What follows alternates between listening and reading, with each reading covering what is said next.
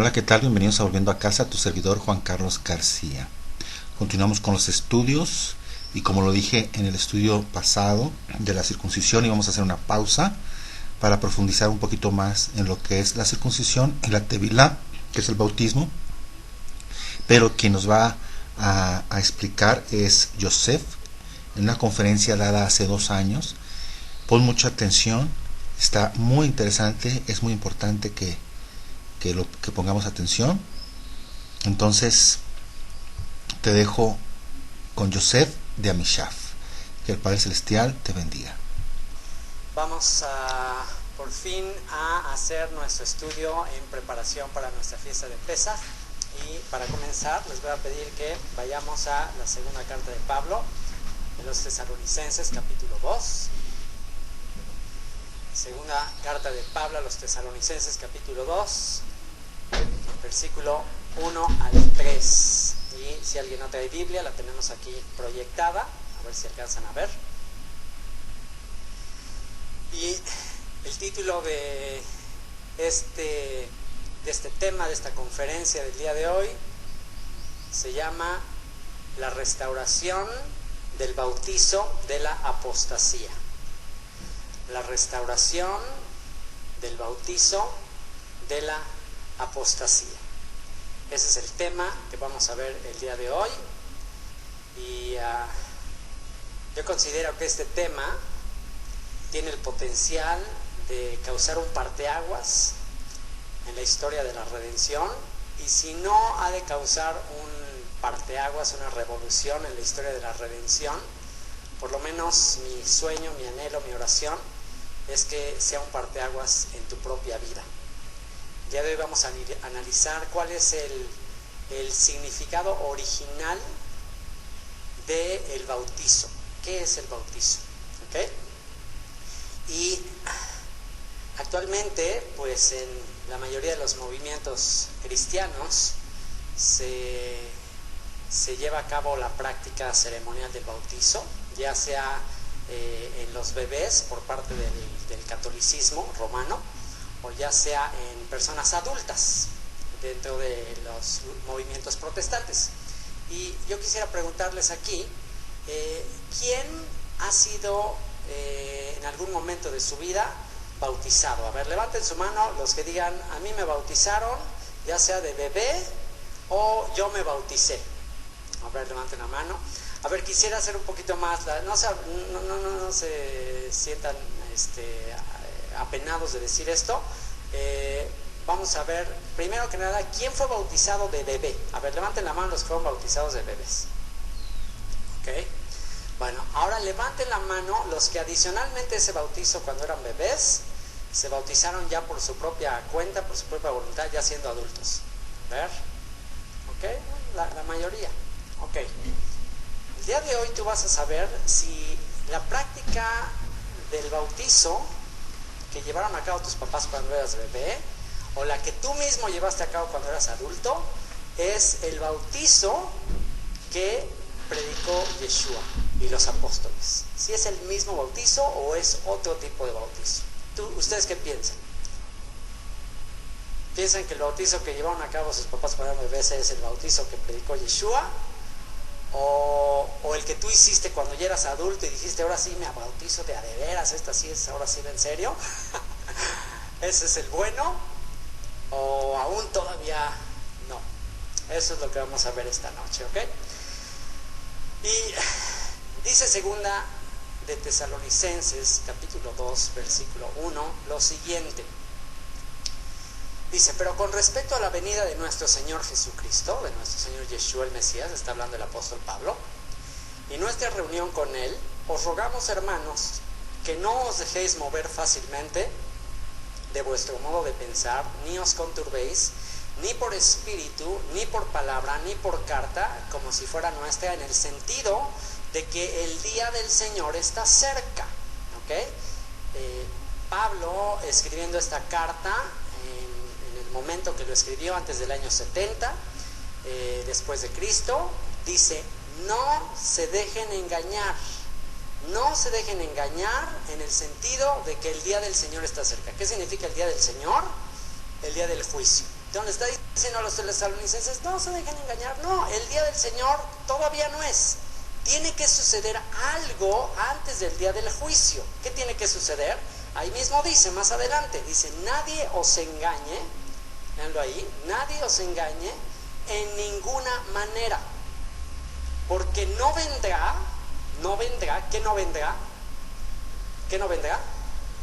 El día del Señor, el día del juicio. No vendrá el día del Señor sin que antes venga, ¿qué? La apostasía. Es decir, Pablo escribiendo hace alrededor de 2000 años, antes del año 70 después de Cristo, dijo, el día del Señor no vendrá sin que antes venga la apostasía. ¿Qué significa la apostasía? ¿Qué significa la palabra apostatar, apostasía? ¿Qué es apostasía? Apostasía es la separación de la fe verdadera. La apostasía es el momento de la separación, de la división de la fe verdadera. Es decir, había una fe verdadera. ¿Y cuál es la fe verdadera? ¿Cómo viene la fe? Pablo mismo dijo cómo viene la fe. La fe viene ¿por qué? Por el oír, y el oír por la palabra de Dios. ¿Okay? Para la época de Pablo, ¿cuál era la palabra de Dios? La Torah, la ley, los profetas, el Antiguo Testamento. Esa era la fe verdadera. Si alguien quería tener fe verdadera, tenía que estudiar el Antiguo Testamento. Apostatar de la fe verdadera, ¿qué implicaba? Por razones obvias. Abandonar las escrituras, abandonar las sagradas escrituras, abandonar la Torah, los profetas, los escritos, abandonar el Antiguo Testamento. Esa es la apostasía.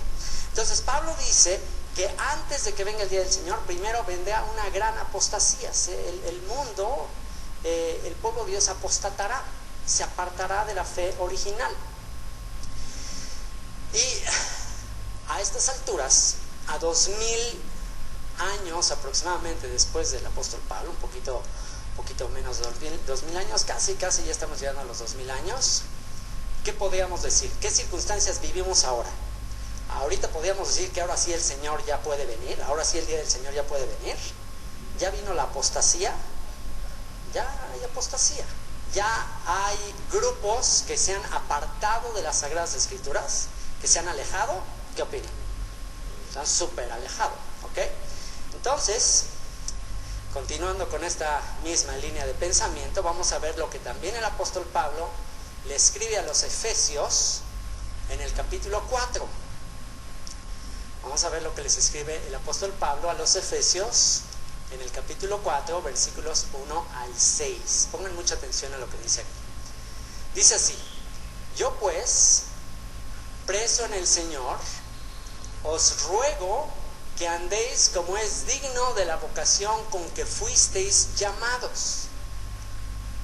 Que andéis como es digno de la vocación con que fuisteis llamados, con toda humildad y mansedumbre, soportándoos con paciencia los unos a los otros en amor. Vean lo que dice aquí el verso 3, este es muy importante. Efesios 4:3 dice: solícitos en guardar la unidad. ¿Qué significa solícitos? Dispuestos, o sea, anhelando guardar la unidad del Espíritu en el vínculo de la paz. O sea, busquen la unidad. Lo que está diciendo Pablo es: eviten las divisiones, eviten la apostasía, eviten estar divididos. ¿Cuántas divisiones, denominaciones, subdenominaciones, etcétera, etcétera, etcétera, etcétera, tiene el llamado cristianismo? ¿Cuántas divisiones, denominaciones? Entonces, ¿qué pasó con este versículo?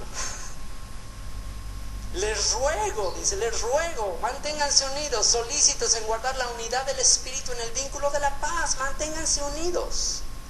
Y vean lo que dice el verso 4, fíjense lo que dice: un cuerpo. ¿Acaso el Mesías, acaso el cuerpo del Mesías, de acuerdo a la Escritura, nosotros, todos los creyentes, conformamos el cuerpo del Mesías?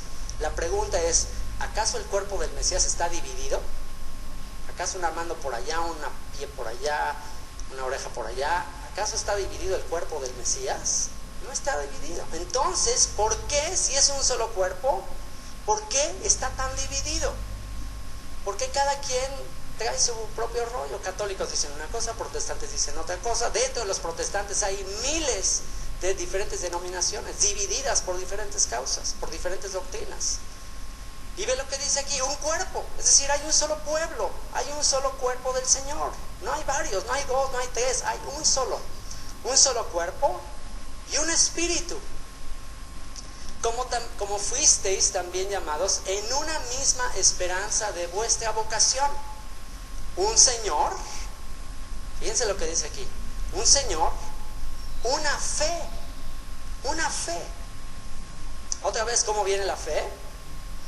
Por el oír. ¿Y el oír por qué?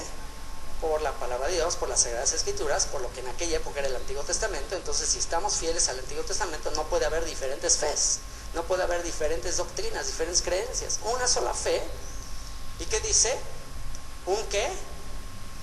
Un bautismo. Un bautismo. Ahora, ¿ustedes creen que Pablo escribió en griego o escribió en hebreo y luego se tradujeron sus cartas al griego y a otros idiomas? ¿Ustedes creen que un rabino judío escribiría en hebreo o en griego? ¿Ustedes qué creen? Pensar que Pablo escribió en griego, los apóstoles o Jesús habló y enseñó en griego, todas estas cosas, sería el equivalente a pensar que después del Holocausto los judíos querían hablar alemán. Sería algo así más o menos similar.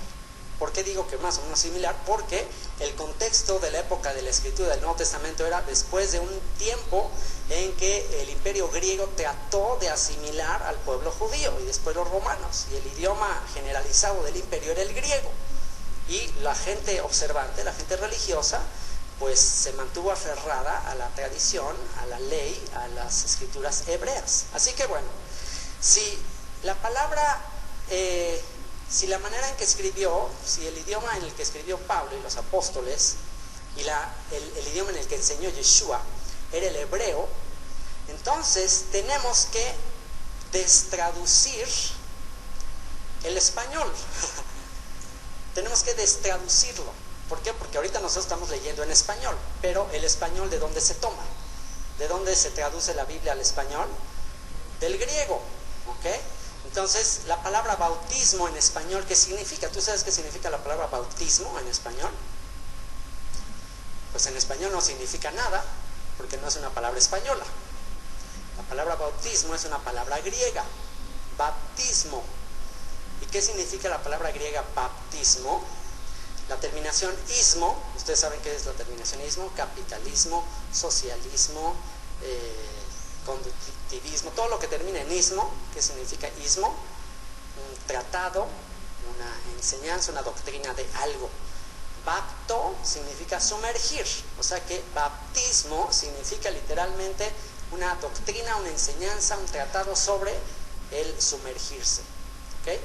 Y si el griego es una traducción del hebreo, entonces tendríamos que saber cuál es la palabra hebrea original que se utilizó para bautismo. ¿Cuál será la palabra hebrea original que se utilizó para la palabra bautismo? La palabra hebrea es la palabra tevilá. Tevilá, que viene de la raíz tet, lamed. Esta es la raíz de la palabra tevilá, que significa literalmente sumergir en un líquido. Eso significa tevilá. ¿Ok? Entonces, vamos a destraducir las palabras del apóstol Pablo. Está diciendo, un Señor, una emuná, una fe, una fidelidad, una confianza en una palabra, una tevilá, un Dios y Padre de todos, el cual es sobre todos y por todos y en todos. Ahora, la pregunta que tenemos que formularnos es, ¿a qué tevilá se estaría refiriendo el apóstol Pablo? O para el apóstol Pablo, ¿qué significaba la palabra tevilá? ¿Qué era la tevilá? ¿Acaso la tevilá o el bautismo fue una práctica inventada por los cristianos? ¿O la inventó o la innovó Jesucristo, los apóstoles? ¿O era una práctica que ya se venía llevando a cabo desde tiempos ancestrales por parte de los judíos? ya se llevaba a cabo desde tiempos antiguos. ¿Okay? Vamos a ver lo que dice el mismo Yeshua en el capítulo 16 del Evangelio de Marcos. Y eso es para que veamos la trascendencia de la doctrina de la Tevilá. ¿Por qué es tan importante la Tevilá? Fíjense qué nivel de importancia tiene la Tevilá. Fíjense lo que dijo Yeshua en Marcos capítulo 16, 15. Ya cuando está por despedirse, vean lo que les dijo a sus discípulos, y les dijo: id por todo el mundo y predicad el Evangelio a toda criatura. Ya de entrada aquí es una cosa revolucionaria para la fe hebrea. Revolucionaria. ¿Por qué? Porque el mundo judío de la época de Yeshua no era... algunos grupos eran proselitistas, pero otros no querían a los gentiles, otros no querían ir a predicar a los gentiles. Pero aquí Yeshua les dice a sus discípulos: vayan a todo el mundo y prediquen el Evangelio. Y es todo un tema que es el Evangelio, pero bueno, a grandes rasgos, el Evangelio es la esperanza de los padres, la esperanza de Abraham, Isaac y Jacob, la esperanza de la redención del pueblo de Israel y por consiguiente del mundo entero. Ese es el Evangelio. Y dice: vayan y prediquen el Evangelio a toda criatura. Y fíjense nada más, el que creyere este mensaje de redención de Israel y las naciones, ¿y qué dice? Y fuere bautizado. Volviendo al tema de la Tevilá, ¿qué diría? El que creyere e hiciere Tevilá será salvo, mas el que no creyere será condenado. ¿Sería importante el tema de la Tevilá o no? ¿Ustedes qué opinan? Vamos a ver cómo dice en hebreo, este mismo texto, en el Evangelio de Marcos en hebreo: Amamin ve nitval. Aquí está la palabra nitval, son las mismas, la raíz tet, bet, lamet. El que crea, el que creyere y fuese y hiciere Tevilá. El que creyere y hiciere Tevilá, él será salvo, será salvado, y el que no creyera, pues será condenado. Ahora, si en Efesios 4:5, que lo leímos previamente, dice que hay un bautismo, y actualmente el cristianismo lo practica, ya sea el catolicismo, bautizando a los bebés, o los protestantes cuando ya son adultos, y el judaísmo también practica actualmente una ceremonia llamada Tevilá. También el judaísmo lo practica, desde esa época lo sigue practicando. Entonces la pregunta que les voy a hacer, y pon a funcionar tu sentido común y tu lógica: ¿cuál será entonces el bautizo que instituyó Yeshua? ¿El bautizo cristiano, ya sea católico o protestante, o la Tevilá judía que se está practicando y se ha seguido practicando desde antes de Yeshua? Por sentido común, ponte a razonar un poquito. ¿Sería que Yeshua viene a instituir un nuevo, otro tipo de bautizo diferente, o simplemente es la continuación de una práctica que ya se venía haciendo? Ponte a pensar, ¿será que Yeshua y los apóstoles enseñaron el bautizo a los bebés? ¿Hay alguna evidencia en la Biblia, en el libro de los Hechos, de que hayan bautizado a bebés? ¿O a los adultos que se bautizaban será un bautizo como el que se lleva a cabo en las iglesias cristianas? ¿O qué clase de bautizo, a qué clase de Tevilá, más bien dicho, se estaría refiriendo Yeshua? Cuando Pablo o cualquiera de los apóstoles mencionaban la palabra bautismo, tenían en mente el bautismo cristiano al que tú y yo hemos sido enseñados, adoctrinados, o tendrían en mente la Tevilá judía. ¿Tú qué piensas?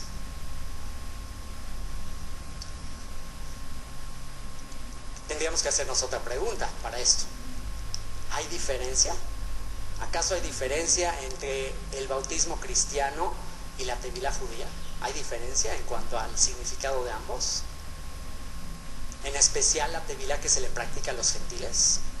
¿Habrá diferencia entre la teología o la doctrina detrás de un bautizo cristiano y una tevilá judía a un gentil? ¿Habrá diferencia en cuanto a lo que implica, en cuanto a las condiciones, en cuanto a los derechos, en cuanto a las obligaciones? ¿Habrá diferencia? ¿Ustedes qué piensan? Bueno, pues este tema del bautizo es el tema que desconectó los vagones del tren. Es decir, este tema es con el tema que la fe de los apóstoles y el cristianismo actual se dividieron, se separaron. Haz de cuenta como si fuera un tren que de repente en este tema se descarriló, simplemente se soltó algunos de los vagones, y unos vagones se fueron por una vía y otros vagones se fueron por otra vía. Y resulta que el bautizo cristiano, el bautizo que llevan a cabo los cristianos a sus bebés, o aún mismo los cristianos cuando se bautizan, resulta que es un bautizo que no tiene nada que ver con la tevilá judía que se le hacía a los gentiles y que se sigue practicando actualmente. Y que una vez que tú entiendas esto, una vez que tú comprendas esto marcará el reinjerto. Esto implicará el que los vagones del tren se vuelvan a unir. Una vez que tú entiendas esto, entonces va a haber una reconexión con la fe de los apóstoles, con la fe de Yeshua. Mientras no, vas a estar totalmente desarraigado, desconectado de la fe de Yeshua y de los apóstoles. Y la pregunta es, ¿quién causó esta separación? ¿Quién le dio al bautizo cristiano la connotación tan diferente de lo que es la tevilá judía que se sigue practicando actualmente? ¿Quién le cambió o quién le disminuyó o le añadió? ¿Quién fue quien hizo esto? ¿En qué momento el bautizo cristiano perdió toda su esencia hebrea, toda su esencia judía? ¿Por qué es que estamos nosotros, que nacimos en una cultura cristiana, por qué ya venimos afectados a la hora de leer el Nuevo Testamento? Una vez que tú y yo leemos el Nuevo Testamento, ya por haber sido adoctrinados, ya sea en el catolicismo o en el cristianismo, ya no vemos correctamente el significado de estas prácticas. Y no puede haber una sanidad, una restauración en nuestro corazón y en nuestra mente en este tema, hasta que no reconozcamos que hay un daño, que hemos recibido un daño, hemos sido adoctrinados fuera del concepto de los apóstoles y de Yeshua. Mientras no reconozcamos eso, y mientras que pensemos que la teología cristiana del 2011 es la misma teología idéntica que la de Yeshua y sus apóstoles, mientras no reconozcamos que ha habido un daño y que los siglos han añadido una cantidad de tradiciones que le han alejado de la verdad, mientras no reconozcamos eso, no vamos a tener la capacidad de volver al origen, de volver a la raíz. En otras palabras, si tú y yo no estamos dispuestos a analizar los orígenes de la fe de Yeshua y los apóstoles, que era una fe hebrea, era una fe judía, no vamos a tener la capacidad de comprender el Nuevo Testamento. Dicho de otra manera, una persona que no conoce judaísmo no tiene la capacidad de comprender el Nuevo Testamento en toda su plenitud. No quiere decir que no vas a entender una que otra cosas a gran escala, cosas lindas y todo. Dios es capaz aún así de hablarte cosas muy lindas. Pero la verdadera raíz, la savia del olivo, la única manera que la vas a poder extraer del Nuevo Testamento es cuando conoces la fe de los apóstoles, la fe de Yeshua, es el judaísmo, la fe hebrea. Santo Tomás de Aquino, entre otros, San Justiniano, Orígenes, San Agustín, etcétera, etcétera, todos estos hombres conocidos en la tradición católica y protestante como los padres de la Iglesia, fueron los encargados de crear una nueva teología, una nueva doctrina que le dio otro significado al bautizo.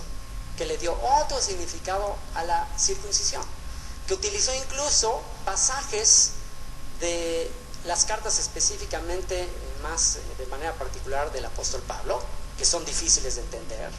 Las cartas de Pablo son difíciles de entender. El apóstol Pedro, que fue un contemporáneo de Pablo y que era un hombre judío, dijo que le costaba trabajo entender las cartas de Pablo. Imagínense si a Pedro, que fue contemporáneo de Pablo y que nació siendo judío y en un territorio judío y que estuvo con el Mesías, dijo, uy, leo las cartas de Pablo y son difíciles de entender. ¿Qué se puede esperar de una persona nacida en un contexto cristiano, después de siglos de prejuicios, de persecución, de antisemitismo, que lee el Nuevo Testamento, de traducciones,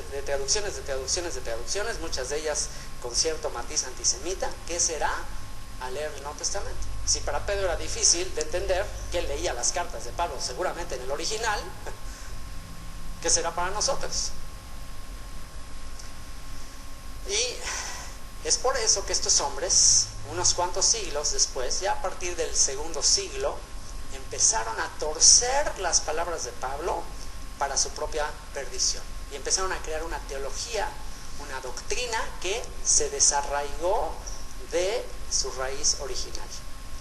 Y uno de los versículos que fueron más utilizados y que siguen siendo más utilizados para argumentar que tanto la circuncisión en la carne como el bautizo es una cuestión espiritual. Lo curioso es que aquí en estos pasajes se habla del bautizo en un término espiritual, al igual que de la circuncisión.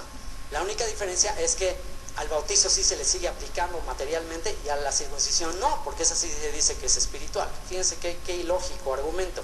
Vamos a ver lo que dice Colosenses 2, 11 y 12. Y este pasaje es el pasaje más usado dentro de la teología cristiana para inventar otro tipo de bautizo y otro tipo de circuncisión. Pero en realidad, de acuerdo a la Torah, solo hay un tipo de circuncisión. Alguien podría argumentar que Moisés habló de la circuncisión del corazón. Por supuesto que habló de la circuncisión del corazón, pero la circuncisión del corazón es el motor para llevar a cabo el mandamiento físico de la circuncisión en la carne. Obviamente que primero surge en tu corazón, primero en tu corazón lo anhelas y después llevas a cabo el acto físico. Es decir, dentro del pensamiento hebreo, la práctica y la fe, o la práctica y el pensamiento, no están divorciados, sino el uno lleva al otro. O sea, no puedes decir que, bueno, pues yo tuve la intención, pero no lo hice. No, en el pensamiento hebreo, si tú lo piensas, si tú lo crees, pues lo tienes que hacer. No nada más te puedes quedar aquí en la teoría, lo tienes que practicar. Vean lo que dice el apóstol Pablo en su carta a los Colosenses, capítulo 2, versículo 11 y 12.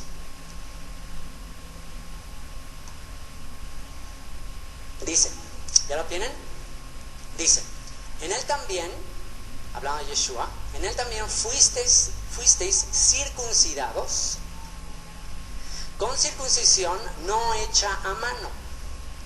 En él también fuisteis circuncidados con circuncisión no hecha a mano, al echar de vosotros el cuerpo pecaminoso carnal en la circuncisión de Cristo, en la circuncisión del Mesías, que es una circuncisión, como aquí lo está manifestando el apóstol Pablo, es una circuncisión no hecha con mano. Si no es hecha con mano, ¿a qué se estará refiriendo el apóstol Pablo?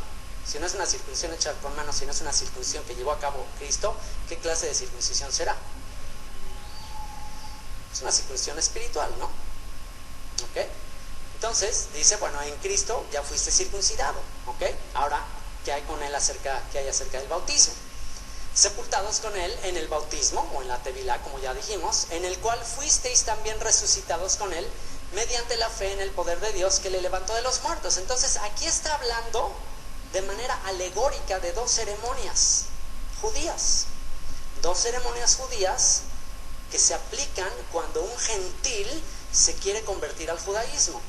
Si una persona no judía, que no nació de padres judíos, se quiere convertir al judaísmo, tiene que cumplir, después de haber estudiado, después de estar convencido plenamente, tiene que llevar a cabo, en el caso de los hombres, una circuncisión física y después una tevilá, un bautismo. O sea, se tiene que sumergir en un baño ritual y al salir de ese baño ritual se le entrega un certificado de conversión y ya no es considerado más gentil.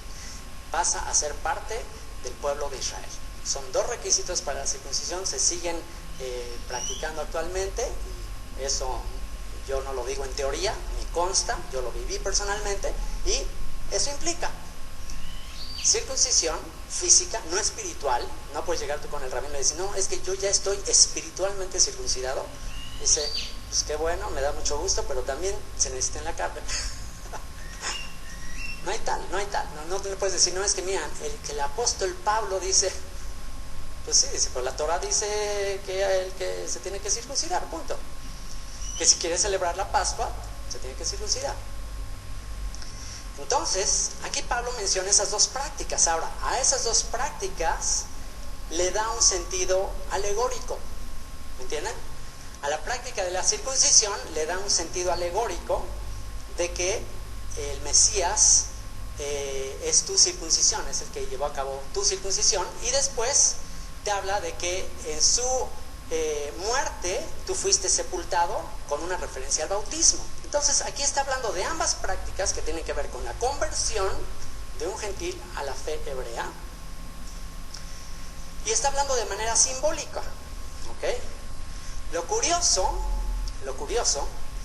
es que después el cristianismo únicamente dejó la parte simbólica del Brit Milá o de la circuncisión, y para el bautizo ahí no la dejó en simbólica, ahí sí se tiene que llevar a cabo de manera práctica. La pregunta de lógica elemental, ¿no te parece sospechoso? ¿No te parece sospechoso? Bueno, ok, ¿por qué no? Pues ambas quitaste. ¿Por qué no quitaste ambas prácticas, ambas ceremonias? ¿Por qué no nada más pues crees y ya todo intelectual? ¿Por qué si dejas el bautizo y el Brit Milá no? ¿Por qué?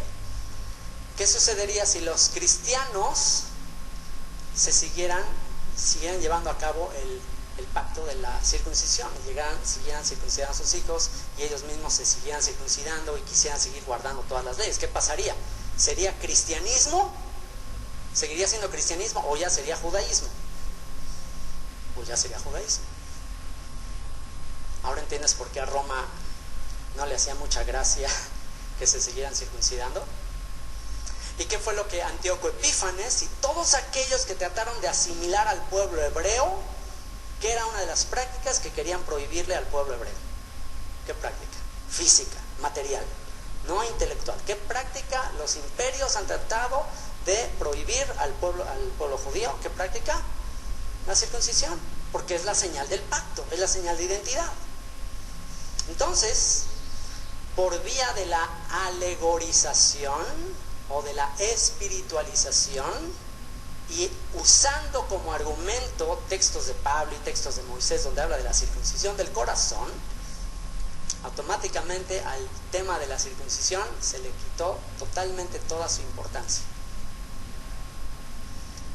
y ya se le dio un carácter meramente simbólico, meramente espiritual. Ahora, si la circuncisión del corazón implica dejar de desobedecer y empezar a obedecer los mandamientos, si eso implica la circuncisión del corazón, y si uno de los mandamientos es que te circuncides la carne, no implicará que si estás circuncidado en el corazón, pues vas a querer circuncidarte en la carne, obviamente.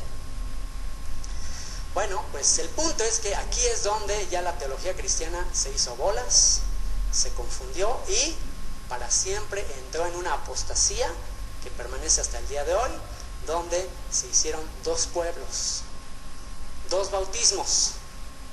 Porque bautismo sin circuncisión, ¿qué es? Una natación, un baño, te echaste un chapuzón. No es nada. Al ratito vamos a hablar de una ceremonia de lo que llevaba a cabo Juan el Bautista, que tiene que ver con un arrepentimiento, que también aplica para los gentiles, lo vamos a tocar al rato, pero en tema de conversión no puede haber un bautismo, no puede haber una tevilá sin primero haber una circuncisión. Esto es en el caso de los hombres. En el caso de las mujeres, ustedes la tienen más fácil. Ustedes solamente pasando por la tevilá, con eso están en pacto con Dios. Y vamos el día de hoy a dejar muy claro qué significa estar en pacto con Dios. ¿Ok? Así que, al enfatizar que la circuncisión del corazón o circuncisión espiritual que se cumple en Cristo es la única que importa y la de la carne no es importante, entonces automáticamente quedaron desarraigados del judaísmo, que aún tiene ambas prácticas como requisito de conversión de un gentil. Automáticamente se formó otra religión totalmente aparte. Pero entonces, ¿qué representaba en aquella época? ¿Y qué representa actualmente la tevilá para el judaísmo? Bueno, primero que nada, como ya vimos, la palabra tevilá significa literalmente sumergir en un líquido, en este caso agua. ¿Ok? Tevilá es un baño ritual o purificación en agua por estar en contacto con la impureza, que representa el pecado, que lleva a la muerte. Recuerden que en la palabra todo tiene que ver con algo, todo lo natural es un reflejo de lo espiritual. El agua, ¿qué representa en la escritura? El agua es un símbolo ¿de qué? De la palabra, de los mandamientos de Dios. Entonces, una persona que está muerta en delitos y pecados, ¿por qué está muerta en delitos y pecados? Porque se alejó ¿de qué? De la palabra de Dios. Dejó la palabra, entonces se hizo impuro, se llenó de pecado y eso causó su muerte. Si quieres resucitar para vida, ¿a dónde tienes que regresar? Al agua de la palabra. Entonces, al sumergirte, lo que tú estás manifestando es que te comprometes a vivir dentro de la palabra, a que nunca más te vas a alejar, a que vas a estar sumergido en la palabra, en las aguas de la palabra. Eso es lo que representas en el momento que te metes al agua. Eso es la tevilá. Hay ejemplos también de un tipo de tevilá que se lleva a cabo. Por ejemplo, las mujeres después de su periodo menstrual tienen que entrar a un baño ritual. ¿Y por qué? ¿Qué tiene que ver ahí la sangre? Bueno, la pérdida de sangre tiene que ver también con la pérdida de vida, porque la vida está en la sangre. Entonces, una mujer al perder un poco de sangre es como que entra en contacto con la posibilidad de morir, y por eso al final tiene que purificarse como un símbolo de que regresa y se regenera y vuelve a la vida. ¿Okay? Y hay diferentes tipos de purificaciones en el judaísmo, siendo las dos más, digamos, más practicadas. Una que es la tevilá de arrepentimiento, que es, por ejemplo, la que predicó Juan el Bautista, y que esta tevilá de arrepentimiento era practicada tanto a judíos como gentiles, o sea, gente en general que quería comenzar a acercarse a Dios, y era un bautizo preparatorio, era una tevilá preparatoria. El bautismo de Juan, la tevilá de Juan era preparatoria, no era ya el acto mismo de conversión, sino era un preparativo para la tevilá de la conversión. ¿Ok? Y esto lo vamos a ver más adelante en el capítulo 19 de Hechos, donde los efesios dicen que ellos ya habían llevado a cabo el bautismo de Juan, pero aún no habían sido bautizados en el nombre de Yeshua. Entonces eso muestra que ellos entendían una cosa como el bautizo de Juan y otra cosa el ser revestidos por el nombre de Yeshua. Lo vamos a ver más al rato. Y por otro lado está que es al que nos estamos enfocando, que es la tevilá de conversión. Tevilá de conversión, que es destinado principalmente a gentiles y que se lleva a cabo después del Brit Milá, después de la circuncisión. Y esto es importante saberlo porque en la época del libro de los Hechos, pues al principio los apóstoles pues prácticamente le estaban predicando a judíos. Al principio los apóstoles solamente le predicaban a judíos, y muchos judíos dicen que acudían y se bautizaban. Ahora, ¿cómo es que judíos se bautizaban? Pues ya eran judíos, ya eran conversos. ¿Cómo es que se bautizaban? Bueno, ellos se bautizaban por arrepentimiento, decidían hacer una purificación de sus pecados y decidían a partir de ese momento seguir al Señor y someterse a sus preceptos. ¿Ok? Y Eso estaba sucediendo en el libro de los Hechos, pero llegó un momento en que también muchos gentiles empezaron a querer unirse a este movimiento, empezaron a querer ser parte del movimiento de los apóstoles, que era un movimiento, era una secta llamada del Camino, que ¿qué era? ¿Qué era el movimiento de los apóstoles? ¿Era una nueva religión llamada cristianismo o simplemente era una secta, un movimiento del judaísmo? Dentro del judaísmo era simplemente un movimiento del judaísmo llamado la secta del Camino, ¿ok? Ellos eran los líderes de este movimiento y empezó a tener mucho éxito. ¿Por qué? Porque Yeshua les dijo, vayan y prediquen a los gentiles. Al principio no querían mucho, a pesar de que Yeshua les había dicho, vayan y prediquen a los gentiles. Cuando Pedro está ahí y ve una visión, un lienzo que baja y sube 3 veces, a pesar de que Yeshua les había dado esa orden, cuando le dice Pedro que fuera ahí con este hombre gentiles, estaba dudando de si entraba o no, ¿ok? A pesar de que le había dicho eso. Entonces, como podemos ver, el judío no tenía mucho el concepto de ir a alcanzar a los gentiles, pero Yeshua les dijo, vayan y alcáncelos, vayan y hagan discípulos a las naciones. El que crea y haga tevilá será salvo, pero el que no crea será condenado. Así que, bueno, finalmente Pedro es el que le predica a un centurión romano y de ahí empieza la predicación a los gentiles, ¿ok? Viene el Espíritu Santo ahí cuando está predicando Pedro a estos gentiles, de repente viene el Espíritu Santo y en ese momento, después de ese discurso, hacen tevilá estos hombres.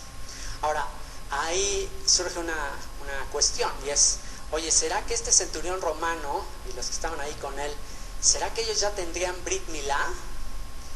Y ¿sería que ya hayan sido circuncidados? Porque Pedro, en el momento que vio que cayó sobre ellos el Espíritu Santo, en ese momento les dijo, no, pues aquí hay agua, o sea, ¿cómo lo puedo evitar que sean bautizados? Entonces, en el concepto de Pedro, ¿qué es lo que hizo Pedro al meter al agua al centurión romano y a su familia? ¿Qué es lo que hizo en la mente de Pedro? ¿Qué es lo que llevó a cabo ahí? ¿Ustedes qué creen? Pedro llevó a cabo unas conversiones. Pedro llevó a cabo en ese momento conversiones. A estos hombres ya los aceptó como miembros del pueblo de Israel. La pregunta es, ¿sería que estaban circuncidados? Solamente hay 2 posibilidades: que no y que sí. Si no lo estaban, entonces Pedro automáticamente se estaba pasando en la disposición de Éxodo 12 y la Torah en sí, y lo mismo que Pablo especifica que ya era una práctica hebrea desde aquella época, que antes del bautizo viene la circuncisión y el que sean discípulos, ¿okay? Primero creer, primero aceptar el pacto, eso es creer. El que crea y sea bautizado. Primero tienes que creer, primero tienes que aceptar el pacto. ¿Y cuál es el pacto? ¿Cuál es el pacto que tienes que aceptar primero? En el caso de los hombres, el Brit Milá, la circuncisión. El que acepte el pacto y se bautice, entonces será salvo.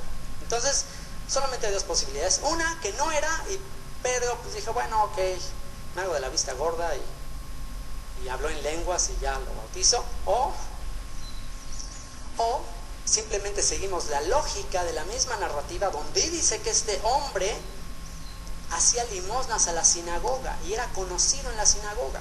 Entonces, si era un hombre que ya llevaba tiempo asistiendo a una sinagoga y dice que contribuía con su sedaká a la sinagoga, lo más probable es que ese hombre ya estaba circuncidado, pero aún no había sido formalmente aceptado en el judaísmo. Es posible que tú en tu proceso de conversión primero se lleve a cabo el Brit Milá y años después se lleve a cabo tu tevilá. Eso es posible.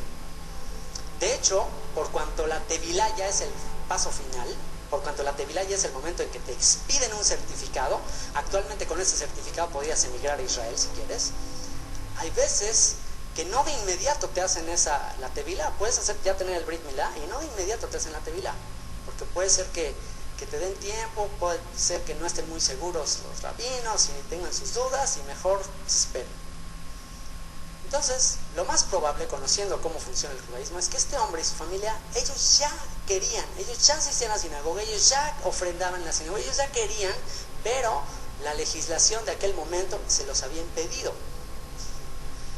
Hasta que llega el momento en que pues, Dios conoce sus corazones Y Dios dice, ¿sabes qué? Pues les han estado impidiendo a estos hombres la entrada. Pues manda a Pedro y dice, tú ya, recíbelos, ábreles la puerta. Y es ahí ¿y por qué fue que lo hizo Pedro? ¿Qué es lo que le dio la confianza a Pedro de hacerlo? Pues que vio que empezaron a hablar y a profetizar y a hablar palabras de la Torah. Entonces en ese momento fue cuando pues, Pedro dijo, oye, pues igual que a ellos nos ha pasado a nosotros, ya lo recibió. Y vamos a ver el contexto de Hechos, capítulo 15. A raíz de que sucede eso con Centurión Romano, y bueno, después Pablo y Bernabé empiezan a hacer muchos conversos en las naciones, y empieza a haber todo un avivamiento, y empieza a haber una gran multitud de gentiles que empiezan a convertirse, y esto llega a oídos de los principales en Jerusalén, y empieza a haber toda una revuelta. Ahora, ¿por qué el tema de la conversión en aquella época era tan relevante? Y ahorita quizás tú estás escuchando estos temas y dices, bueno, ¿y cuál es la importancia de eso últimamente? ¿Por qué en esa época tenía tanta importancia y ahora podrías decir, bueno, ¿y eso qué importa? ¿Por qué? ¿Por qué creen? Porque en aquella época, si tú querías ser parte de la fe, querías ser parte del pueblo y querías aprender las escrituras, ¿a dónde ibas a ir? Y si querías que tus hijos se casaran en la fe, ¿con quién se iban a casar? Pues se iban a casar con parte del pueblo, con miembros del pueblo. Y no te podías casar, tus hijos no se podían casar dentro de la comunidad si tus hijos no eran conversos. Por eso era un tema tan importante, ¿ok? Ahora, empiezan a venir muchos gentiles a las sinagogas, se empiezan a llenar las sinagogas de gente no judía, y empiezan las inquietudes ahí. ¿Por qué? Por lo que estamos diciendo, por los matrimonios mixtos, por los hijos que van a surgir de esos matrimonios. Y entonces se reúnen los apóstoles en Hechos capítulo 15 a raíz de que un grupo de hombres dicen acerca de todos estos gentiles, saben que es necesario circuncidarles y hacerles que guarden toda la ley. Es necesario circuncidarles según el rito de Moisés. Y ahí se arma todo un dilema, un debate, y ahí surge el famoso Concilio de Jerusalén, que es una de las causas también que, mal interpretado, ha causado una gran separación entre el cristianismo y el judaísmo. Y vamos a examinar lo que sucede ahí en Hechos capítulo 15 con respecto al famoso Concilio de Jerusalén. Dice Hechos capítulo 15 del versículo 1 en adelante, dice: entonces algunos que venían de Judea enseñaban a los hermanos: si no os circuncidáis conforme al rito de Moisés, no podéis ser salvos. Si no os circuncidáis conforme al rito de Moisés, no podéis ser salvos. Como Pablo y Bernabé tuviesen una discusión y contienda no pequeña con ellos, se dispuso que subiesen Pablo y Bernabé a Jerusalén y algunos otros de ellos a los apóstoles y a los ancianos para tratar esa cuestión. Ellos pues, habiendo sido encaminados por la iglesia, y bueno, ya desde aquí empiezan los problemas, por la congregación, por la comunidad, pasaron por Fenicia y Samaria, contando, ¿qué dice ahí? Vean lo que dice ahí. ¿Contando qué? ¿Contando qué? Entonces, ¿cuál era el tema que se estaba tocando? Conversión de los gentiles. ¿A qué se estaban convirtiendo los gentiles? Al judaísmo. ¿Se dan cuenta?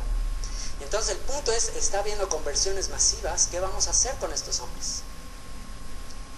Dice: y causaban gran gozo a todos los hermanos, y llegados a Jerusalén fueron recibidos por la iglesia y los apóstoles y los ancianos, y refirieron todas las cosas que Dios había hecho con ellos. Pero algunos de la secta de los fariseos que habían creído se levantaron diciendo: es necesario circuncidarlos y mandarles que guarden la ley de Moisés. ¿Okay? ¿Están diciendo algo raro? ¿De dónde están sacando esto? No, pues eso es lo que se supone que hace un converso. Un converso se tiene que circuncidar y guardar toda la ley de Moisés, es normal. Y dice el verso 6: y se reunieron los apóstoles y los ancianos para conocer de este asunto, y después de mucha discusión, Pedro se levantó y les dijo: varones hermanos, vosotros sabéis cómo ya hace algún tiempo que Dios escogió que los gentiles oyesen por mi boca la palabra del evangelio y creyesen. Y Dios, que conoce los corazones, les dio testimonio dándoles el Espíritu Santo lo mismo que a nosotros. Y ninguna diferencia hizo entre nosotros y ellos, purificando por la fe sus corazones. Ahora pues, ¿por qué tentáis a Dios poniendo sobre la cerviz, sobre el cuello de los discípulos, un yugo que ni nuestros padres ni nosotros hemos podido llevar? ¿A qué yugo se referirá? ¿Por qué quieres a estos cuates convertirlos? Porque si se convierten al judaísmo, si van y empiezan todos los gentiles, decimos a todos los gentiles en todas las comunidades, oigan, vayan con su rabino de la comunidad y circuncídense todos y conviértanse. ¿Qué iba a pasar con el movimiento? ¿Qué iba a pasar? Al ellos empezar a expresar su fe en el Mesías, en Yeshua. ¿Qué pasó en la época de Yeshua? Cuando algunos en las sinagogas empezaron a decir que Yeshua era el Mesías, ¿qué pasó con el hombre ciego? Que sus papás le dijeron, no, pues pregúntenle a él, ¿por qué? Porque ya se había determinado que si alguno declaraba que Yeshua era el Mesías, que fuera expulsado de la sinagoga. ¿Por qué? Porque la gente que empezaba a decir que Yeshua era el Mesías, los sacerdotes tenían preocupación de que los romanos empezaran a crear una revuelta nacional contra el emperador y tenían miedo de que los romanos destruyeran la nación. Ese era todo el tema. O sea, no es que a los principales de aquella época les importara si creían o no que Yeshua era el Mesías. O sea, eso no era lo relevante. Lo que les preocupaba era que de repente todo el pueblo empezara a mover a este hombre y decir, él es el rey, y que se crea una revuelta nacional y que llegan los romanos y los destruyeran. Esa era la preocupación. Entonces por eso dijeron, a quien quiera que diga que este es el Mesías, el rey de Israel, échenlo a la sinagoga. Hay que quitar esta posibilidad de rebelión. ¿Okay? Entonces, aquí el tema es que, bueno, todos estos gentiles están queriendo venir a la fe. Porque ¿en qué fe se tiene el concepto del Mesías, de Israel y todo eso? Pues en el judaísmo. Entonces, bueno, estaban haciendo, ¿qué vamos a hacer con estos hombres? Bueno, ok, pues va y que se conviertan. Pero, si se iban a convertir, ¿qué sucedía en el momento que tú te convertías? En aquella época y actualmente. Si tú, en el momento que tú te conviertes ante un rabino, tú te comprometes ante ese rabino y ante esa comunidad, que vas a ser parte de la comunidad y vas a vivir de acuerdo a las leyes de esa comunidad. ¿Y qué pasaba con estos gentiles? Y los apóstoles decían, ok, vayan todos a sus respectivas comunidades y todos ya conviértanse al judaísmo. ¿Qué hubiera pasado con el futuro del movimiento? Entonces es por eso que Pedro, que lo que dicen ahí es, ¿por qué tentáis a Dios poniendo sobre la cerviz de los discípulos un yugo que ni nuestros padres ni nosotros hemos podido llevar? ¿A qué yugo se referían? Pues al yugo de la interpretación rabínica de los mandamientos. Van a tener que someter a una comunidad que ni nosotros, ni Pedro, era un hombre observante. Pedro, ¿ustedes creen que Pedro se la pasaba todo el tiempo en la sinagoga, era súper activo en la comunidad de su época? No era nada activo, era un hombre del vulgo, era un hombre común. El mismo apóstol Pablo le dijo, tú eres judío y no vives como judío. Seguramente Pedro ni asistía a la sinagoga prácticamente, hasta que el Señor le llama y lo empieza a jalar hacia la Torá. Pedro sin duda tenía muchos prejuicios hacia la religión de su época. Muchos judíos en aquella época ya no asistían a las sinagogas, y todo, tenían ya muchos prejuicios contra los escribas y fariseos, porque se había vuelto muy corrupta la religión, como lo es actualmente. La gran mayoría de los judíos prácticamente ya no asisten a las sinagogas, salvo quizás en Yom Kippur o en Pesach, en fiestas especiales, pero la mayoría ya no asiste. ¿Por qué? Porque se ha hecho una serie de interpretaciones de la Torá que consideran ser un yugo pesado. Entonces dicen, bueno, pues si nosotros no hemos sido capaces de llevar esta interpretación, este yugo, pues ¿por qué quieren poner sobre estos gentiles un yugo que ellos no van a poder llevar? Entonces toda la multitud cayó y oyeron a Bernabé y a Pablo, que contaban cuán grandes señales y maravillas había hecho Dios por medio de ellos entre los gentiles. Y cuando ellos callaron, Jacobo respondió diciendo, varones hermanos, oídme.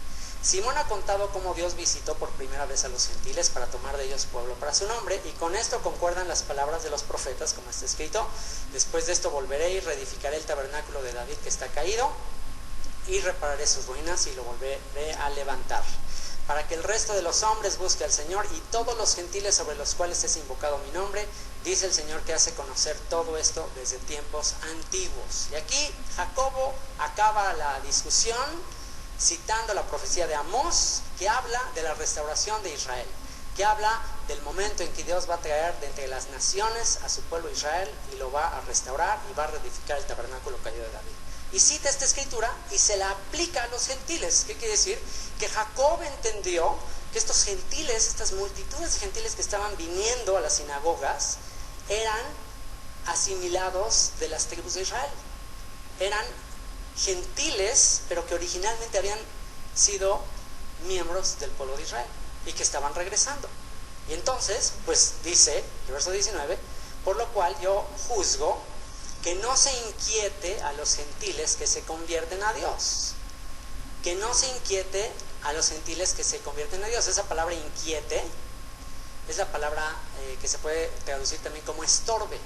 No se estorbe a los gentiles que se convierten a Dios, sino que se les escriba que se aparten de las contaminaciones de los ídolos, de fornicación, de ahogado y de sangre. Y dice, porque Moisés desde tiempos antiguos tiene en cada ciudad quien lo predique en las sinagogas donde es leído cada día de reposo.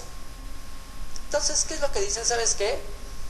Si los haces que se circunciden en este momento y que se conviertan en este momento, se van a tener que someter a todas las reglas y leyes de sus respectivas sinagogas. Y eso puede causarles un tropiezo mayor. Puede ser que no puedan soportarlo. Puede ser que muchos hombres, al pensar en hacerse la circuncisión y todo eso, digan, no, ¿sabes qué? Yo mejor ahí muere y se regrese al mundial. Entonces dijo, ¿sabes qué? Deja que primero aprendan. De todos modos, Moisés es predicado cada sábado. Van a ir ellos, van a seguir asistiendo. Mientras tanto, para empezar, diles que se abstengan de estas 4 cosas. Entonces, estas leyes que se instituyen aquí son el primer paso. Y aquí es donde vamos a iniciar nosotros algo que nunca hemos hecho a nivel comunidad. Nosotros hemos cometido el error, y yo me cuento en ello, que hemos de manera general a cualquier persona que llega, por muy nueva que sea, casi está entrando y ya le ponemos aquí un letrero que dice prohibido la cochinita pibil o prohibido el trabajar en Shabbat. O sea, ya así como que automáticamente, casi hay veces que nuestra principal predicación, lo primero que le decimos a alguien es deja de comer camarones, deja de comer puerco, o sea, es lo primero que decimos. Y eso no fue lo que dijeron ellos. ¿Ustedes no creen que todos esos gentiles venían de comer lo que se te ocurra? Entonces ellos no dijeron, ¿sabes qué? O sea, no hicieron énfasis en esas cosas. Dijeron, ¿sabes qué? Que se abstengan de estas 4 cosas. O sea, le dieron mucha importancia a esas 4 cosas. ¿Cuáles son? Vamos a ver cuáles son. Entonces, si los apóstoles determinaron esas leyes para los que comienzan su caminar, ¿qué deberemos hacer nosotros? ¿Ustedes qué opinan? Como comunidad, ¿qué decretos nosotros adoptaremos para los gentiles? A ver, levanten su mano las personas nuevas, las personas que tienen poquito tiempo de estar asistiendo a la comunidad. Levanten su mano. ¿Ok? Son familias nuevas, ¿ok? Que están llegando, ¿ok? Ahora, ¿cómo les suena a ustedes, familias nuevas, que de repente les digamos, ¿sabes qué? Deja tu trabajo en Shabbat, deja esto, deja comer puerco, y las leyes y la ley. O sea, ¿cómo te sonó cuando lo escuchaste por primera vez? ¿Cómo les sonó? O a los que ya tienen un tiempo, ¿cómo les sonó todo eso? Es más, a los que ya llevan bastante tiempo de estar acá, ¿cómo les suena que les diga, ya no trabajes en Shabbat? O sea, a ver cómo le haces, pero ya no puedes trabajar en Shabbat. ¿Cómo te suena? Y ya llevas años. ¿Cómo te suena? ¿Cómo te suena que te diga, ya deja de ir a tus torneos en Shabbat? ¿Cómo te suena? Pues si a ti que llevas años te suena dificilísimo, ¿qué será la gente que va llegando? Entonces, ¿qué decreto determinaremos como comunidad? ¿Cuál decreto tomaremos en cuenta? El de los apóstoles. ¿Será que los apóstoles sabían un poco más que nosotros? ¿Sería que Jacobo y Pedro tenían un poco más de conocimiento de las escrituras que yo? ¿Ustedes qué opinan? Así que, ¿qué le tenemos que decir a los gentiles que se acercan? Y esa es la primera vez que en Amishab, tanto en Cancún como todos los que nos escuchan a través de la radio, vamos a hacer una diferencia entre lo que es una persona gentil y una persona que ya no es gentil. Y quiero decirte que para que tú te consideres a ti mismo como que ya no eres gentil, tienes que haber hecho un pacto con Dios. En el caso de los hombres, tienes que haber llevado a cabo un Brit Milá y una Tevilá, y en el caso de las mujeres, una Tevilá. Y a partir de ese momento ya no eres gentil, ya eres conciudadano de los santos, miembros de la familia de Dios, eres Israel, a la perspectiva divina. Has hecho un pacto con el Dios de Abraham, Isaac y Jacob, le has dicho al Señor, tu pueblo será mi pueblo, tu Dios será mi Dios. Los que no lo han hecho, eres un gentil en proceso. Estás buscando, estás acercándote. Mi consejo y el consejo de las Escrituras y la manera en que lo ve el judaísmo es: sigue aprendiendo, ven, asiste, todo esto es para ti, eres bienvenido, eres invitado, pero tampoco te abrumes, o sea, deja que lo hagas por convicción. Sigue asistiendo, sigue estudiando, no te sientes abrumado con que wow, tengo que dejar todas estas cosas. Y bueno, nos ha pasado, hay gente que nos visita, hay gente que a lo mejor ve nuestra manera de vivir y dice: no, estos cuates sí ya son muy exagerados, estos se la pasan todo el Shabbat ahí, yo no podía hacer eso. Bueno, dile a la persona que te dice, a la persona que te diga eso, en vez de hacerlo sentir culpable todo el tiempo, diciendo que es un pagano, dile: ¿sabes qué? No te preocupes, no te preocupes. Es más, provócale a hacerlo diciendo: no te preocupes, esto no es para ti, esto no es para ti, este es un llamado que el Señor me hizo a mí, y no te preocupes, tú síguele por ahí, haz lo que tú consideres que quieres hacer. El que sea justo todavía, el que sea santo, santifíquese más. Entonces, esta fiesta de Pesaj, la fiesta de Pascua próxima que vamos a celebrar, va a ser nuestra oportunidad a nivel comunidad de hacer separación entre quién es y quién decide hacer un pacto con el Dios de Abraham, Isaac y Jacob, de decirle: tu pueblo será mi pueblo y tu Dios será mi Dios, y quién todavía está en proceso, y pues el próximo año ya veremos. Y cada año antes de Pesaj vamos a llevar a cabo una ceremonia de Tevilá. En esta ocasión, un día antes de Pesaj, es decir, el domingo 17, vamos a llevar a cabo una Tevilá. Y ahí lo vamos a hacer todos aquellos que, aunque quizás en el pasado ya lo hayamos hecho, lo vamos a hacer como testimonio a nivel comunitario. Incluso yo el primero lo voy a hacer como un testimonio público, y lo vamos a dejar por escrito, así como en la época de Nehemías dice que se hizo un registro y se pusieron los nombres de los que se comprometieron a guardar la Torá y quedaron los nombres firmados. Así, el día de Pesaj vamos a hacer aquí una relación, una lista de los que firmen diciendo: me comprometo a guardar Torá, nunca más voy a volver a trabajar en Shabbat, nunca más voy a volver a transgredir ninguno de los mandamientos que me aplican, y lo firmo. Y vamos a tener testigos. ¿Qué les parece? De manera que si tú lo firmas, si tú lo dejas estipulado y tienes testigos, y el próximo sábado te ven en Walmart, estás en serios problemas. Podrías ser expulsado de la comunidad. Porque así dice la Escritura que debe de ser. Porque si no, estamos jugando a la iglesita y a la religioncita, y así siempre hemos jugado. La verdad, ¿saben una cosa? Yo ya me cansé de jugar a la iglesita, a la parroquia. Ya me cansé de jugar a la parroquia. Ha llegado el momento de hacer las cosas como Dios manda. Hay que hacer las cosas como Dios manda. Así que, bueno, tienes de aquí al día previo a Pascua para tomar una decisión y decir: ¿sabes qué? Yo voy con todo. Yo voy con todo. Yo ya no quiero ser gentil, yo quiero entrar en pacto, yo quiero tomar todo el yugo, yo quiero tomar toda la Torá, es un regalo, yo la tomo toda, sin restricción. Me comprometo delante de Dios y delante de la comunidad a seguirla. Yo y mi casa serviremos al Señor. Y también habrá algunos que digan: ¿sabes qué? Ay, espérame tantito. ¿Qué dijo Yeshua? ¿Quién de ustedes, antes de edificar, no primero calcula el costo? Hay veces que en el afán, y lo digo yo por experiencia, en el afán de hacer discípulos, en el afán de ganar gente, así casi van llegando, todavía ni entienden nada, y ya vamos al bautizo, órale, bautízate. O sea, y todavía la gente ni entiende nada, todavía ni sabe qué se tiene que hacer. Entonces eso se acabó. En esta ocasión, si tú lo vas a hacer es porque ya sabes exactamente cuáles son tus responsabilidades. Y quien diga, ¿sabes qué? No, espérame, el otro año, no hay ningún problema.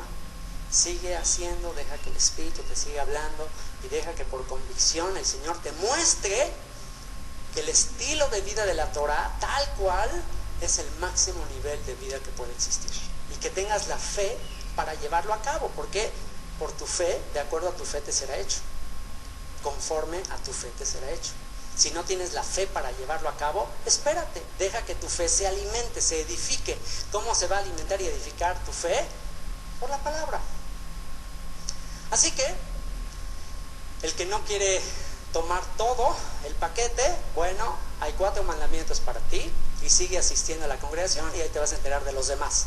No quiere decir que son los únicos, no quiere decir que son exclusivos. Son para empezar y ya después irás aprendiendo. ¿Cuáles son esos 4?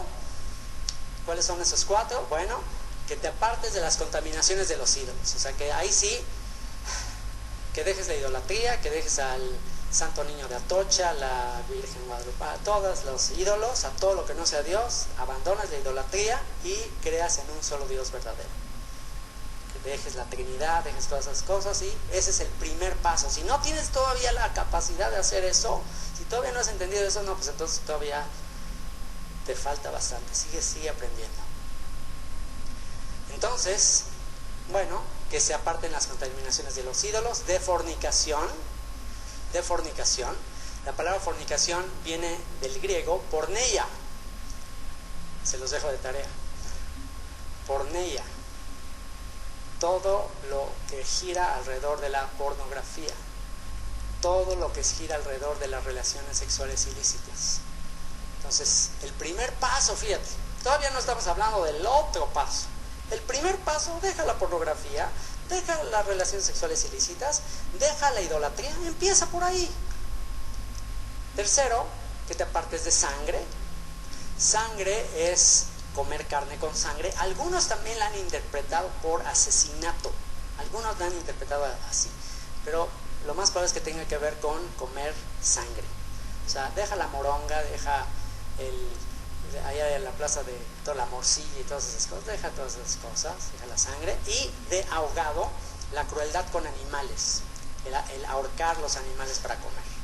Entonces empieza por esas 4 y sigue escuchando hasta que tú digas, no nada más quiero esos 4, quiero todo.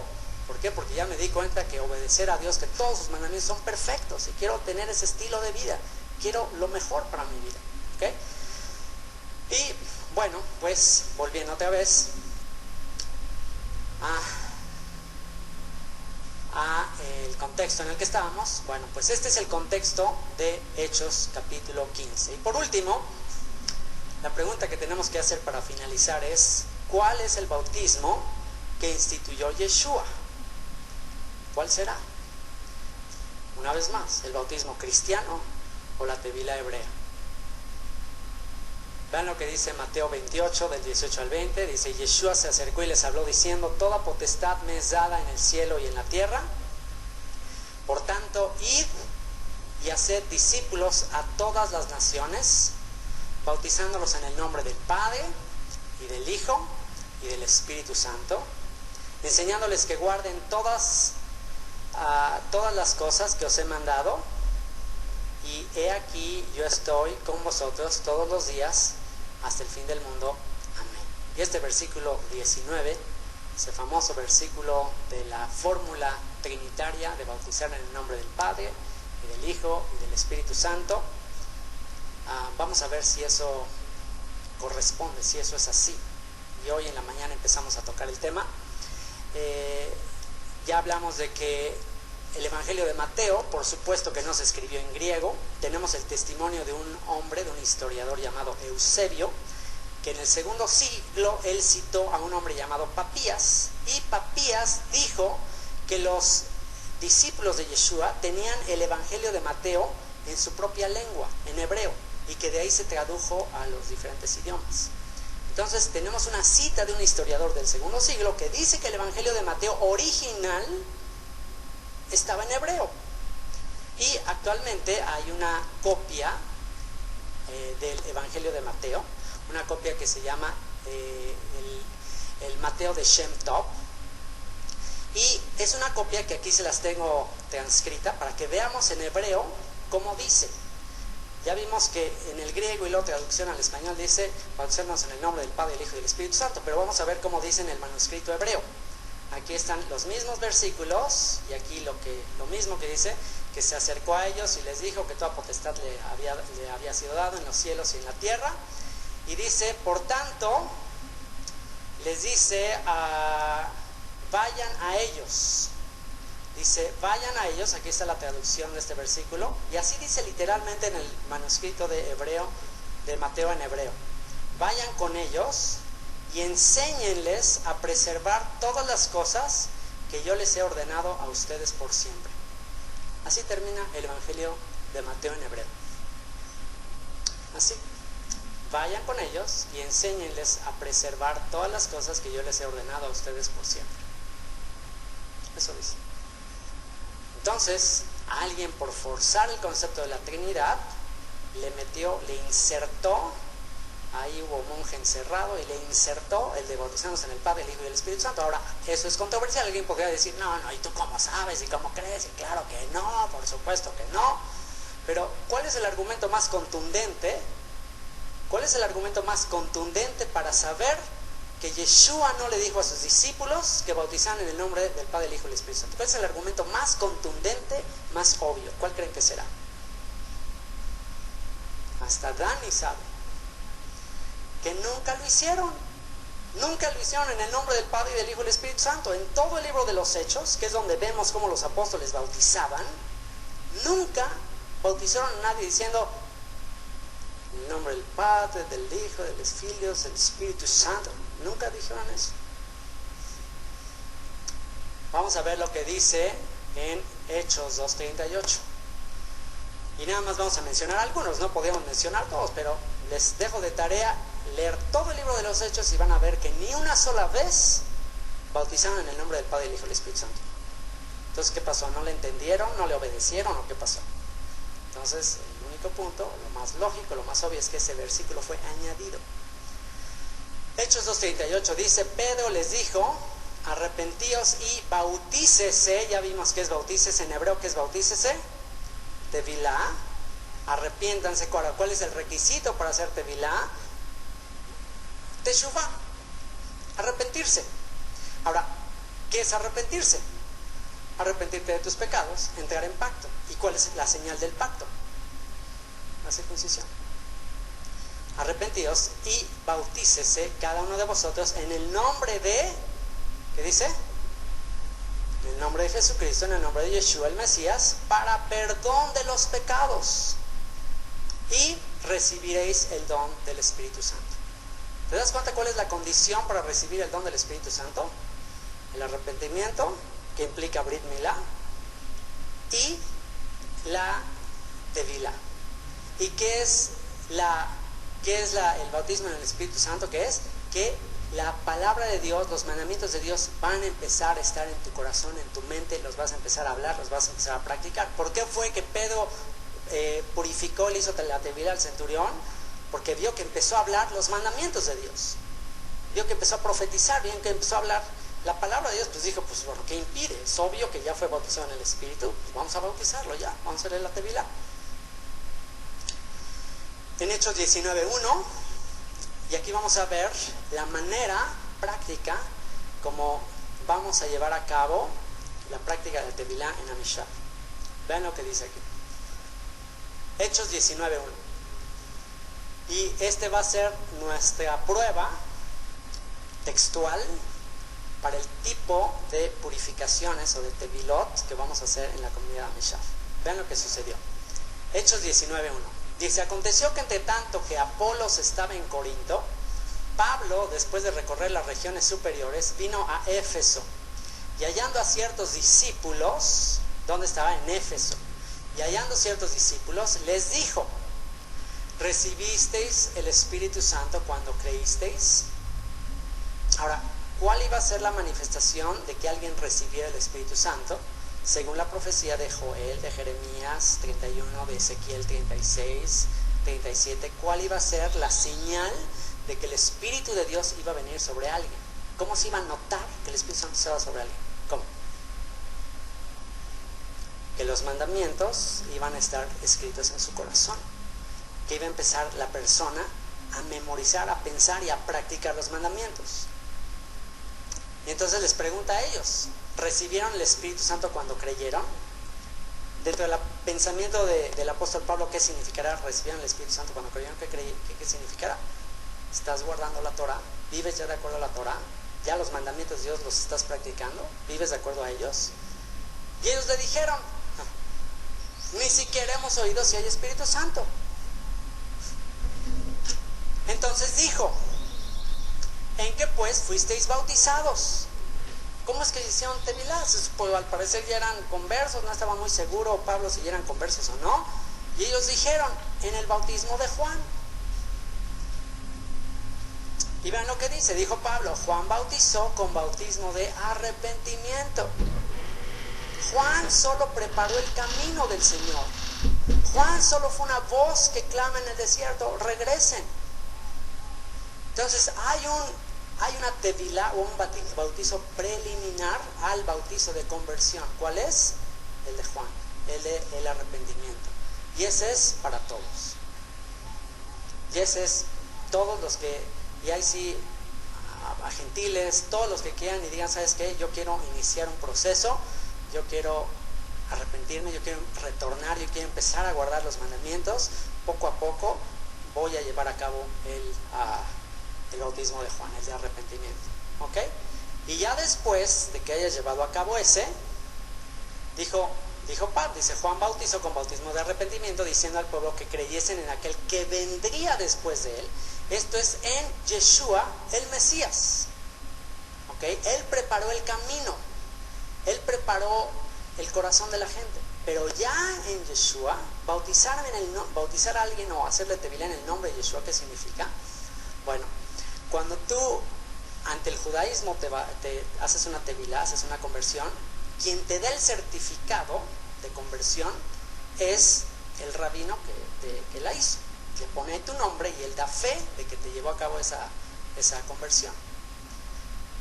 En el caso de aquellos gentiles que deciden hacer un pacto con el Dios de Abraham, Isaac y Jacob, ¿quién te va a dar el certificado de conversión? ¿En el nombre de quién tú vas a poder decir yo voy a ser parte del pueblo de Israel? ¿En el nombre de quién? Pues el juez de Israel, del rey de Israel. ¿Tendrá autoridad o no?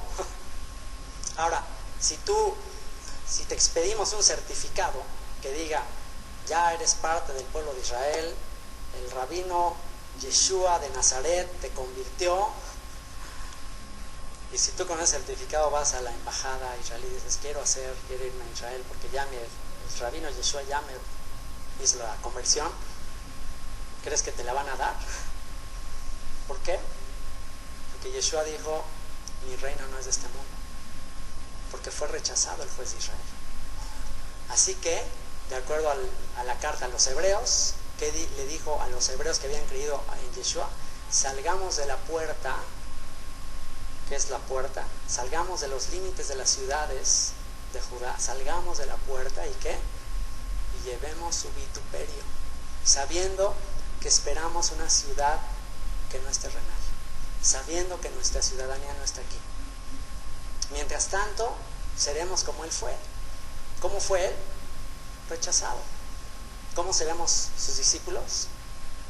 Rechazados.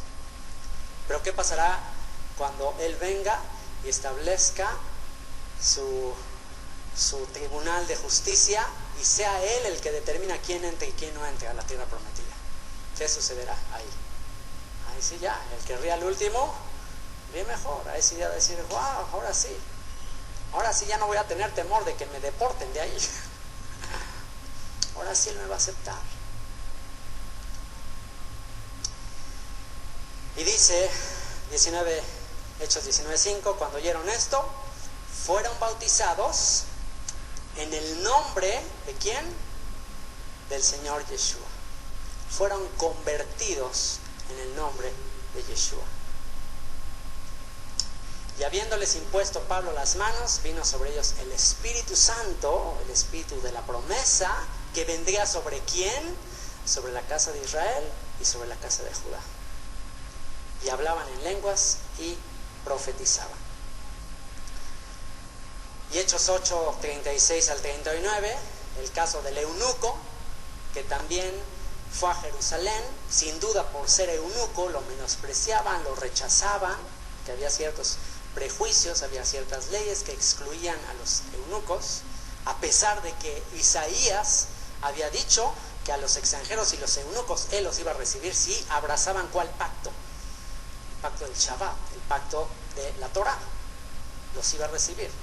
Y dice ahí que yendo por el camino llegaron a cierta agua y dijo el eunuco, ese eunuco que tenía su esperanza, que había ido a la Pascua, que regresó, quizás no lo dejaron entrar ni al templo, y regresó y iba leyendo ahí en las escrituras que él fue herido por nuestras rebeliones, molido por nuestros pecados, como oveja fue llevada al matadero. Entonces no sabía a quién se refería. Felipe le explica que se trata de Yeshua, le menciona, le habla del mensaje de redención, y en ese momento este eunuco entiende y él sabe que es parte del pueblo. Entonces le pregunta, aquí hay agua, ¿qué impide que yo sea bautizado? ¿Ya me pueden aceptar? ¿Ya puedo ser parte del pueblo? Felipe dijo, si crees de todo corazón, bien puedes. Si crees de todo corazón, bien puedes. Y respondiendo dijo, creo que Yeshua, el Mesías, es el Hijo de Dios.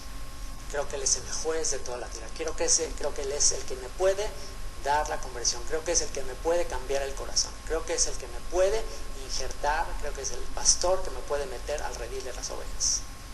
Y mandó parar el carro y descendieron ambos al agua, Felipe y el eunuco, y le bautizó, le convirtió. Cuando subieron del agua, el Espíritu del Señor arrebató a Felipe y el eunuco no le vio más y siguió gozoso su camino. Y por último, ¿qué vas a hacer tú? Tienes de aquí a Pesaj, estamos ya en la recta final de aquí a la fiesta de Pesaj. Las mujeres ya la tienen prácticamente mucho más fácil. Así que el domingo 17 vamos a ir al lugar mejor donde se puede llevar a cabo una tevilá. ¿Cuál es el mejor lugar donde se puede llevar a cabo una tevilá? Nada más que el mar. Disculpen que aquí el mar Caribe, 2, 3, ¿no? El mar que preparó el Señor. La palabra mikveh significa reunión de aguas. La primera ocasión en que aparece la palabra mikveh es en Génesis, cuando se habla de que Dios juntó todas las aguas en un lugar y descubrió lo seco. Y la palabra que se usa es mikveh. Así que cuando tú vas al mar, literalmente estás haciendo tevilá en el mikveh. Mikveh preparado por el Señor. Así que te aseguro que los bautizos que habías llevado antes, te lo aseguro, no habían tenido la implicación total que debieron haber tenido después de que tú has escuchado este estudio. Y aunque lo hubieran tenido por testimonio, a fin de que cumplamos toda justicia, como el mismo Yeshua, que aunque él no lo necesitaba, él dijo, es necesario que cumplamos toda justicia, como testimonio al pueblo, es necesario que el próximo día previo a Pesaj, todos aquellos en la comunidad que quieran que escribamos en un libro para memoria de las futuras generaciones, en un libro los nombres de aquellos que deciden entrar en pacto con el Dios de Abraham, Isaac y Jacob, y tomar el yugo de la Torah sobre sus vidas, y tenernos a todos como testigos de que se comprometen a que nunca más transgredirán uno de sus mandamientos. Si eso es lo que tú quieres hacer,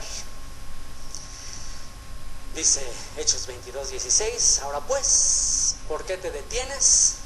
Levántate y bautízate y lava tus pecados, invocando su nombre. Vamos a orar. Bendito seas tú, Señor, Dios nuestro, Rey del universo, que nos ha santificado con sus mandamientos y nos ha ordenado con respecto al arrepentimiento, Señor, que nos has llamado a ser lavados de nuestros pecados, a ser lavados de nuestras transgresiones, que nos has llamado a aceptar el pacto de tu Torah, Señor, que nos has llamado a unirnos a tu pueblo Israel. Señor, tu palabra dice que a los que no eran pueblo, que a los que no eran compadecidos, que en el lugar donde se les dijo, ustedes no son pueblo, se les dirá, son hijos del Dios viviente. Padre, te rogamos que nos adoptes como hijos, te rogamos que tú seas nuestro Dios, y Señor, queremos ser tus hijos. Y si tú en este momento, previo a ese momento en que físicamente llevarás a cabo el pacto de la circuncisión en el caso de los hombres y de la tevilá en el caso de las mujeres, si tú en este momento quieres decirle al Señor que estás listo, que quieres llevarlo a cabo, y si tú, quien quiera que seas, también dices, Señor, quiero comenzar por los 4 mandamientos, quiero comenzar por renunciar a la idolatría, a la fornicación, a la sangre y al ahogado, quiero comenzar este camino. Si eso es lo que tú le quieres decir en este momento, te voy a invitar a que te pongas de rodillas y que hagas en este momento un preparativo al pacto que llevaremos a cabo, y que le ruegues al Señor de todo tu corazón que te saque del Egipto espiritual en el que todos estamos esclavizados. Viene la fecha de Pesaj y dice la Escritura que nos limpiemos de la vieja levadura para que seamos masa nueva, para que estemos listos y seamos dignos de celebrar la Pascua tal como está escrito. Te invito a que le pidas perdón en este momento de toda tu impureza. Te ruego que en este momento, te ruego por las misericordias del Señor, que clames al Señor y le digas que te libre de la dura servidumbre. Y si Egipto, si Roma, si Babilonia, si todas las filosofías y doctrinas de este mundo pesan mucho sobre tu cuello, te voy a invitar para que en este momento le digas, Señor, libérame ya, Señor. Envía salvación, envía liberación, envía al profeta que tú dijiste, como Moisés, que tendríamos que obedecer a él, Señor. Sácanos del exilio, sácanos de la esclavitud, sácanos ya no aguantamos más. Si ese es tu deseo, díselo con tus propias palabras. Dile, Señor, yo reconozco que soy un extranjero, reconozco que mis padres fueron extranjeros, que mis padres fueron advenedizos, reconozco que no tenemos derecho a la mesa, pero nos conformamos con las migajas que caen de la mesa, Señor. Te rogamos, Padre, que nos sientes en la mesa del banquete. Te rogamos, Señor, que nos prepares, que nos limpies como una esposa, que nos purifiques con tu palabra y que nos ayudes a estar listos para ese día en que nos sacarás de la esclavitud, que nos sacarás del exilio y nos llevarás a morar a la tierra que juraste a nuestros padres, Abraham, Isaac y Jacob. Prepara esta comunidad, Señor, prepara a toda la gente que nos escucha a través de la radio, prepara sus corazones, y que esta fiesta de Pesaj que viene, esta fiesta de libertad, esta fiesta de la liberación, verdaderamente tengamos discernimiento del cuerpo y de la sangre de aquel que fue entregado para perdón de nuestros pecados, y que si nunca antes lo habíamos discernido, Señor, bendito seas porque nos libraste del juicio, nos libraste de no haber entendido la magnitud del pacto renovado. Bendito seas, Padre, te amo y te bendigo. Te ruego, Señor, que volvamos a esa fe de los apóstoles, que volvamos a ese único bautismo, esa única tevilá que nos une al cuerpo y que nos une al pueblo, a la descendencia de Abraham, Isaac y Jacob, y que nos ayuda a salir de la apostasía en preparación para tu reino, Señor, que ha de manifestarse a un remanente fiel, a un remanente que no niega el nombre que le salvó, Yeshua, y que guarda tu palabra. Bendito seas por ellos, Señor, en el nombre de Yeshua.